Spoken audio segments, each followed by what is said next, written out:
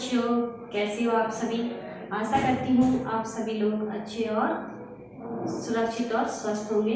बच्चों, आज हम पढ़ेंगे कक्षा 2 का दूसरा पाठ, जो कि है भाषा और उसके रूप। आप ध्यान से वीडियो को देखिएगा। पाठ का नाम है भाषा तथा भाषा के रूप। पहले हम भाषा की परिभाषा पढ़ेंगे। भाषा बोलचाल का वह साधन है जिसके माध्यम से हम अपने भाव और विचारों को दूसरों के समक्ष प्रकट करते हैं तथा दूसरों के भाव और विचारों को समझते हैं, उसे भाषा कहते हैं। बच्चों, आपको जैसे दिख रहा होगा कि भाषा किसे कहते हैं, जिसके माध्यम से हम अपने भाव और विचारों को, यानी कि भाषा वो साधन है। एक यदि कोई भाषा ही नहीं होती तो हम बोलते कैसे, तो हमें पता कैसे चलता कि ये हमसे क्या बोलना चाहता है या हम किसी और से क्या बोलना चाहते हैं। यहाँ तक कि बच्चों, पशु पक्षियों की भी अपनी अलग अलग बोलियाँ होती हैं। जैसे कि कुत्ता भौंकता है तब हमें पता चलता है भौ भौ की आवाज़ से कि कुत्ता भौंक रहा है। वैसे ही भाषा भी है। भाषा कई विश्व स्तर पे कई भाषाएं हैं, जैसे कि हमारे भारत में ले लीजिए आप, जैसे हिंदी, इंग्लिश, अलग अलग भाषाएं, बहुत सारी भाषाएं हैं और सभी भाषाओं का अपना एक महत्व है। यदि भाषा नहीं होती तो हम अपने विचारों को प्रकट नहीं कर पाते।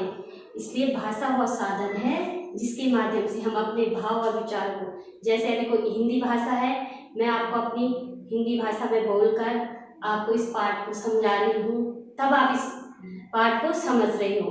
तो समझ गए ना बच्चों आप कि हिंदी बोलचाल का वह साधन है जिसके माध्यम से हम अपने भाव और विचारों को दूसरों के समक्ष रखते हैं और दूसरों के भाव और विचारों को समझते हैं। अब देखिए बच्चों, भाषा के रूप। भाषा के कितने रूप होते हैं? अब भाषा के भी अलग अलग रूप होते हैं। 2 रूप होते हैं, मौखिक भाषा और लिखित भाषा।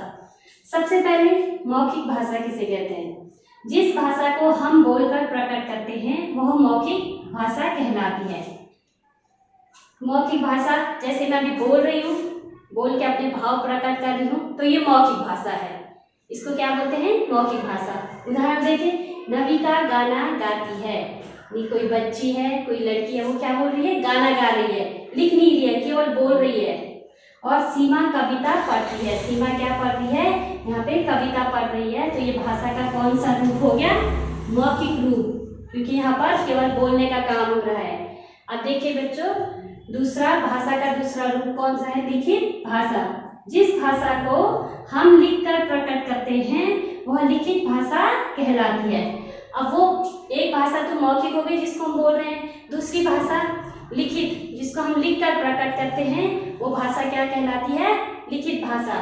देखिए, विवेक ने पत्र लिखा, यानी कि उसने पत्र लिखने का काम किया।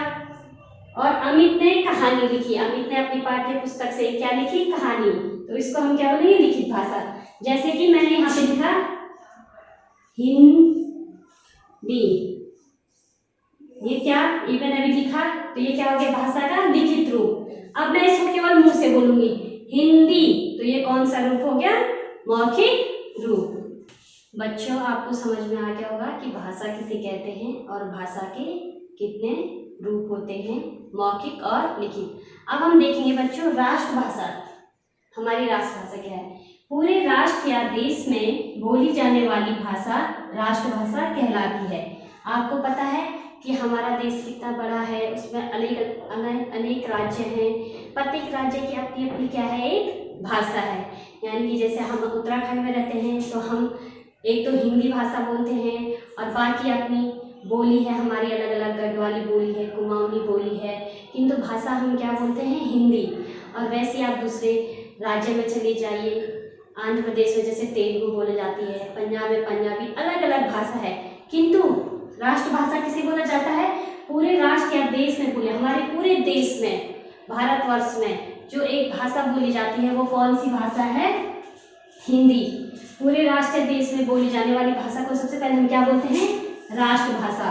मतलब राष्ट्र मतलब हमारा भारतवर्ष, और उसमें जो पूरी सभी राज्यों में जो एक भाषा कॉमन रखी गई है प्रमुख रूप से, जिसमें कि हमारा पूरे राष्ट्र का कार्यालय का कार्य होता है, उसे हम क्या बोलते हैं? राष्ट्रभाषा।